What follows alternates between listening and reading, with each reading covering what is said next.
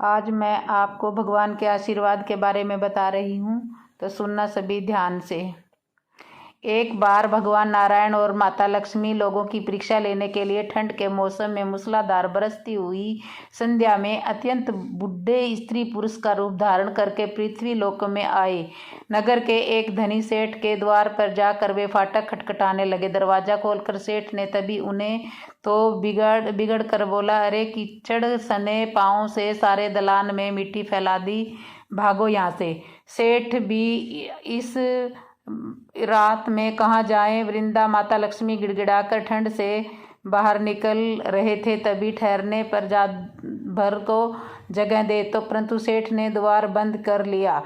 दोनों को प्रकाश में सेठ के महल के पास ही एक टूटा फूटा सा घर दिखाई दिया। उस टूटे फूटे से दिए से प्रकाश की एक किरण दिखाई पड़ी। बूढ़े भगवान विष्णु ने बुढ़िया माता लक्ष्मी से कहा, आओ चलो इस घर में आश्रय मांग कर देखें। बुढ़ी ने कहा, जब इतने बड़े सेठ ने अपने यहाँ कोई स्थान नहीं दिया तो ये कंगाल क्या देंगे। यहाँ ठहरने को कोई जगह मिल भी गई तो रात भर में बिना ओढ़ने बिछोने के इस फटे भीगे कपड़ों में तो प्राण ही निकल जाएंगे। वृंद बोला, कुछ भी हो, मुझसे तो अब और चला नहीं जाता। और उन्होंने आगे बढ़कर द्वार थपथपाया। दूसरे क्षण में हाथ में दिया थामे मैली फटी साड़ी पहने एक स्त्री ने द्वार खोला। उन दोनों की दशा देखकर वह करुणा भरे स्वर में बोली, हाय हाय, आप इस अंधेरी रात में कहाँ से भटक रहे हो, आइए आइए भीतर आइए। उन्होंने सहारा देकर यह भीतर ले आए। छोटी सी कोठरी में टूटी फूटी चारपाइयाँ पड़ी थी, उनमें से एक को खाली करके स्त्री ने उनसे बैठने को कहा। दोनों के कपड़ों से जल चुकर कोठरी गिल्ली हो गई थी, परंतु उस स्त्री ने उसकी तनिक भी चिंता न करके जल्दी जल्दी अंगीठी में आग सुलगा कर उन्हें तापने को कहा। फिर अगर अग्नि पर से 2 पुराने परंतु धुले हुए कपड़े लाकर बोली, बाबा आप लोग अपने भीगे कपड़े उतार कर इन्हें लपेट लो। क्या करूं, मैं बहुत गरीब हूं, इसी से इन 2 कपड़ों से गुजारा करनी होगी। आपके कपड़े मैं निचोड़ कर फैला दूंगी। उन्हें कपड़े बदला कर वह दालान में गई और 2 पित्तल की छोटी छोटी थालियों में बथुए का साग और बाजरे की रोटियां रख कर ले आई। माता जी आप, उसने वृंदा से कहा, आज मेरे घर में यही भगवान का प्रसाद है। मुझे बहुत दुख है कि न तो हमारे घर में घी है और न ही दूध है और न ही चीनी है और न कोई और बात नहीं बेटी, हमें तो यह भोजन बड़ा स्वादिष्ट लगा। ये दोनों खाते हुए बोले। थोड़ी देर में उस स्त्री का पति भी आ गया। वह बेचारा भी रोजगार की तलाश में दिन भर घूमकर अब थका मारा घर लौटा था। पत्नी ने अतिथियों को भोजन खिला देने के बाद चुपके से द्वार पर ही अपने पति को सब कुछ बता दिया।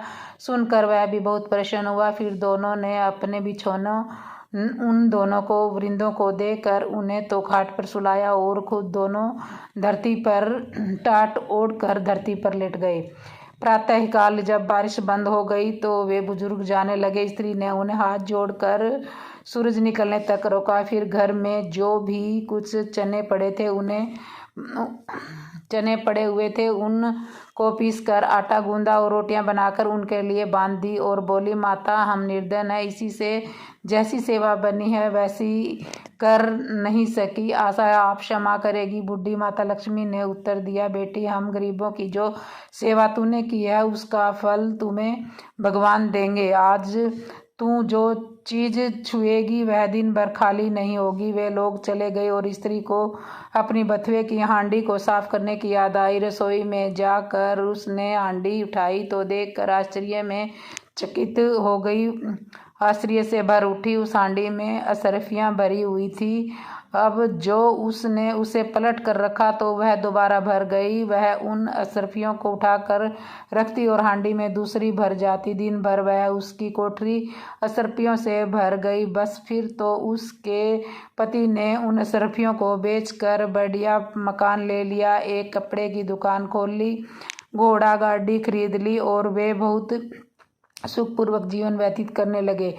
उस सेठ को जब यह समाचार मिला कि उसके निर्धन पड़ोसी एक रात में ही अमीर हो गए तो उसने उस स्त्री तथा उसके पति को बुलाकर कारण पूछा। स्त्री ने सरलता पूर्वक सब कथा सुना दी। अब तो सेठ और सेठानी दोनों उन रात भर यही चिंता करने लगे कि किसी तरह से वे करामाती बुढ़ा बुढ़ी मिल जाए तो वे भी घर पर ले आए और भर भर कर अशर्फियाँ प्राप्त कर लें। देवता तो लोग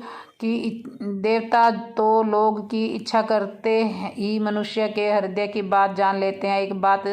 एक रात जब वह बहुत जोरों की बारिश हो रही थी और ओले भी पड़ रहे थे तो बूढ़े बूढ़िया फिर उसी सेठ के द्वार पर पहुंचे। द्वार पर खटखटाते ही सुनते ही सेठ ने बिजली के प्रकाश में झांककर उन्हें पहचान लिया और जल्दी जल्दी सेठानी को उन्हें लेने भेजा।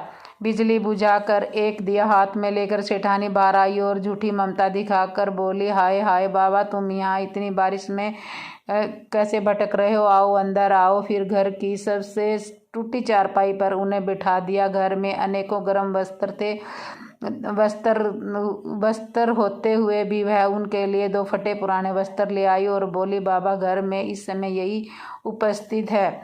फिर उसने बिना पूछे ही घर की सबसे घिसी पुरानी थालियों में बथुए का साग और बाजरे की रोटी भी लेकर आई। ओढ़ने को 2 फटे कंबल भी कहीं से मांग कर दिए। फिर सेठ सेठानी भी उसी कमरे में गद्दे बिछाकर धरती पर लेट गए। सवेरे अंधेरा होते ही दोनों बुजुर्ग जाने लगे तो सेठानी ने चना पीस कर रोटी बनाई और उनके लिए बांध दी और बोली, माता, हम बड़े दरिद्र हैं, आपकी सेवा न कर सके, आशा है आप हमें क्षमा कर दोगी। बुढ़ी ने कहा, बेटी, जैसी सेवा तूने की उसका फल तुझे भगवान देगा। हाँ, आज तू जिस काम को हाथ में लेगी वह दिन भर समाप्त नहीं होगा। उन लोगों के जाते ही सेठ सेठानी में झगड़ा हो गया। सेठ चाहता था कि बथुए की हांडी मैं खोलूं और सेठानी चाहती थी कि बथुए की हांडी मैं खोलूं। अंत में दोनों ने एक साथ हांडी पकड़ी। इस छीना झपटी में हांडी टूट गई और कमरे में बथुआ ही बथुआ बिखर गया। सेठानी झाड़ू लेकर कमरा साफ करने लगी। जब वह कमरा साफ करती तो कमरे में तुरंत ही बहुत सारा बथुआ फिर बिखर जाता। सवेरे से संध्या तक उसे कमरा साफ करना पड़ा। तो ये थी आज की मेरी कहानी। जो तो ठीक ही तो है, जिसकी जैसी नीयत होती है भगवान उसको वैसा ही फल देते हैं। तो ये थी आज की कहानी। तो आज की कहानी आपको कैसे लगी कमेंट में बताना और कमेंट में लिखना। लक्ष्मी नारायण भगवान की जय।